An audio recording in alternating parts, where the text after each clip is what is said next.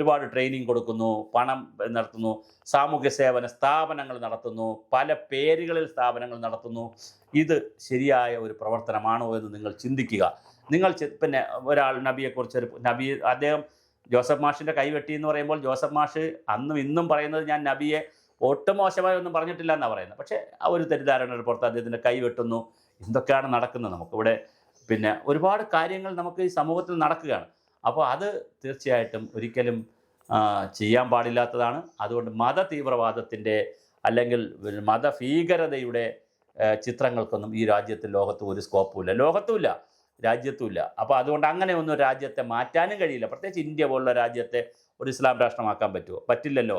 ഇസ്ലാം രാഷ്ട്രമാക്കാൻ ഇസ്ലാമുകൾ സമ്മതിക്കുമോ? മുസ്ലിങ്ങൾക്കും അങ്ങനെ മഹാപുരുഷനും താല്പര്യമില്ല ഇന്ത്യ ഒരു ഇസ്ലാം രാഷ്ട്രമാക്കണമെന്ന്. അപ്പോൾ അങ്ങനത്തെ ഒരു വിഷയം നിൽക്കുന്ന സ്ഥലത്ത് നിങ്ങളുടെ പ്രവർത്തനങ്ങൾ വളരെ സൂക്ഷിച്ച് കൊണ്ടുപോകണം.